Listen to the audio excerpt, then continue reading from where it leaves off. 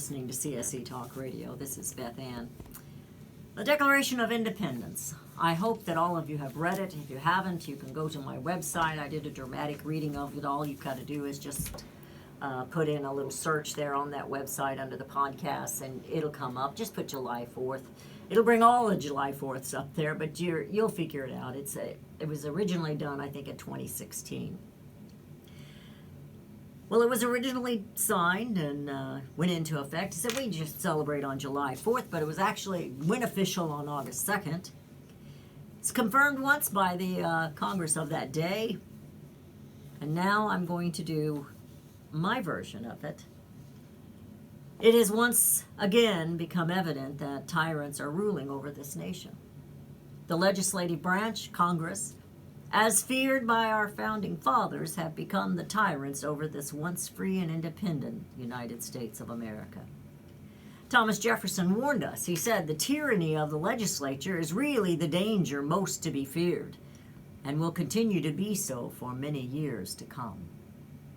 Madison confirmed that the importance of a separation, the accumulation of all powers, legislative, executive, and judiciary, in the same hands, whether of one, a few, or many, and whether hereditary, self-appointed, or elective, may justly be pronounced the very definition of tyranny.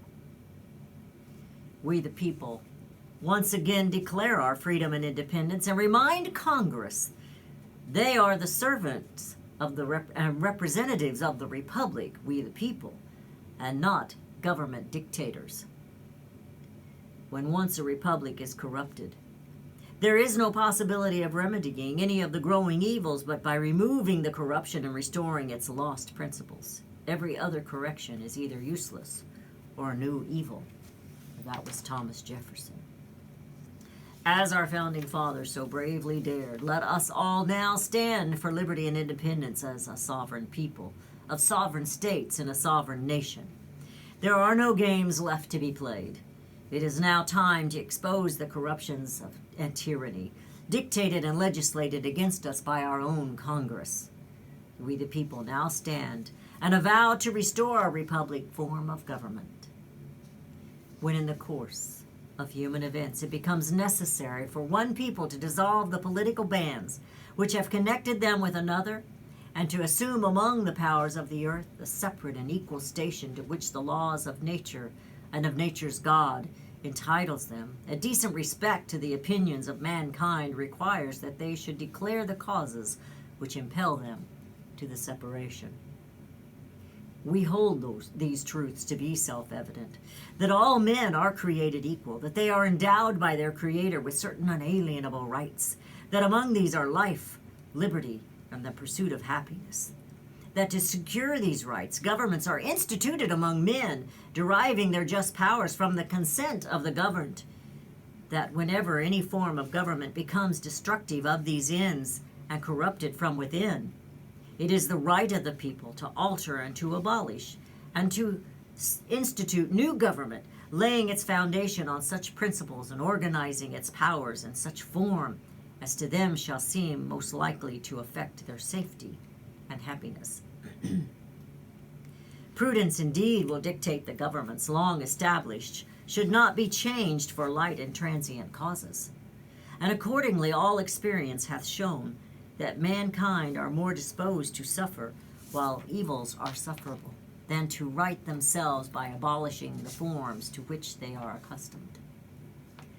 But when a long train of abuses and usurpations, pursuing invariably the same object, evinces a design to reduce them under absolute despotism, it is their right, it is their duty to throw off such government and to provide new guards for their future security.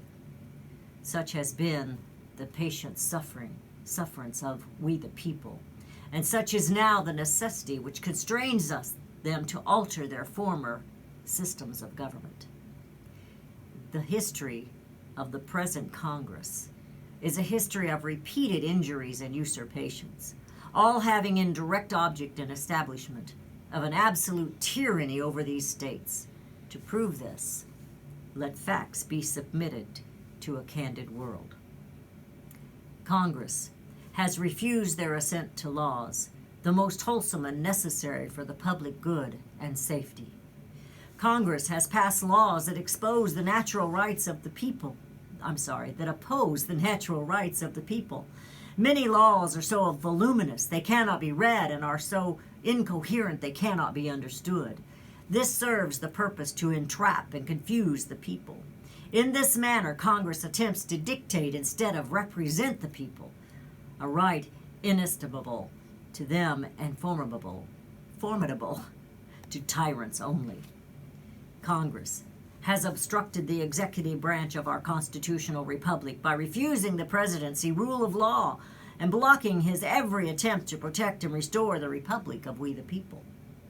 Congress has completely ignored the separation of powers and have made every effort to legislate without integrity and honor, striving to diminish the independence and sovereignty and liberty of these states.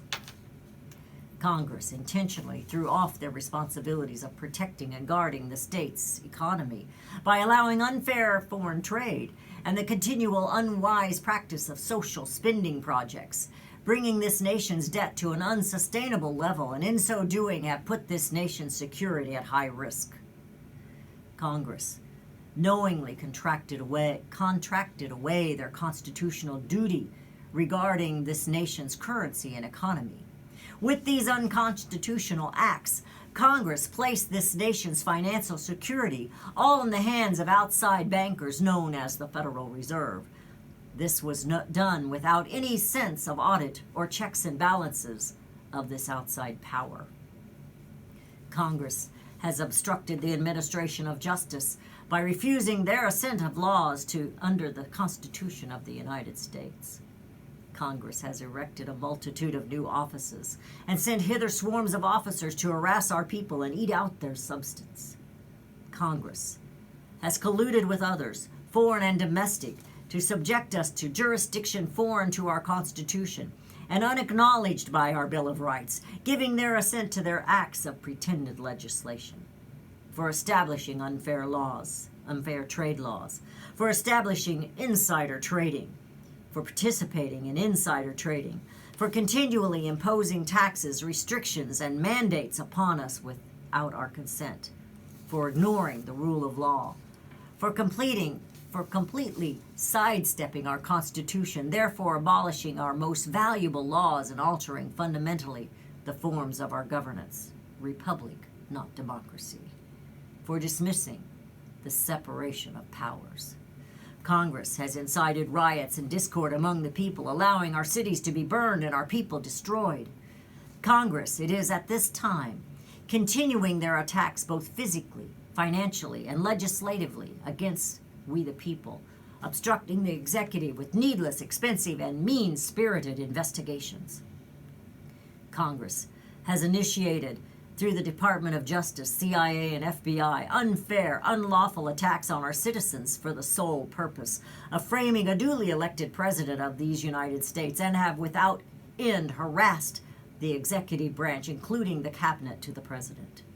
Congress has excited domestic insurrection among us and has endeavored to bring in illegal aliens with merciless gangs whose known rule of warfare is an undistinguished destruction of all ages, sexes, and conditions, leaving us exposed to all the dangers of invasion from without and from convulsions within.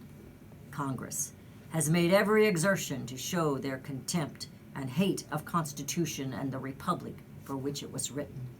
Congress perceives the founding fathers and the blood that was spilt for liberty to be of no value. I hear the music. I just have one page left of this new Declaration of Independence. You're listening to CSC Talk Radio. Would we, the people today, be inconvenienced for liberty?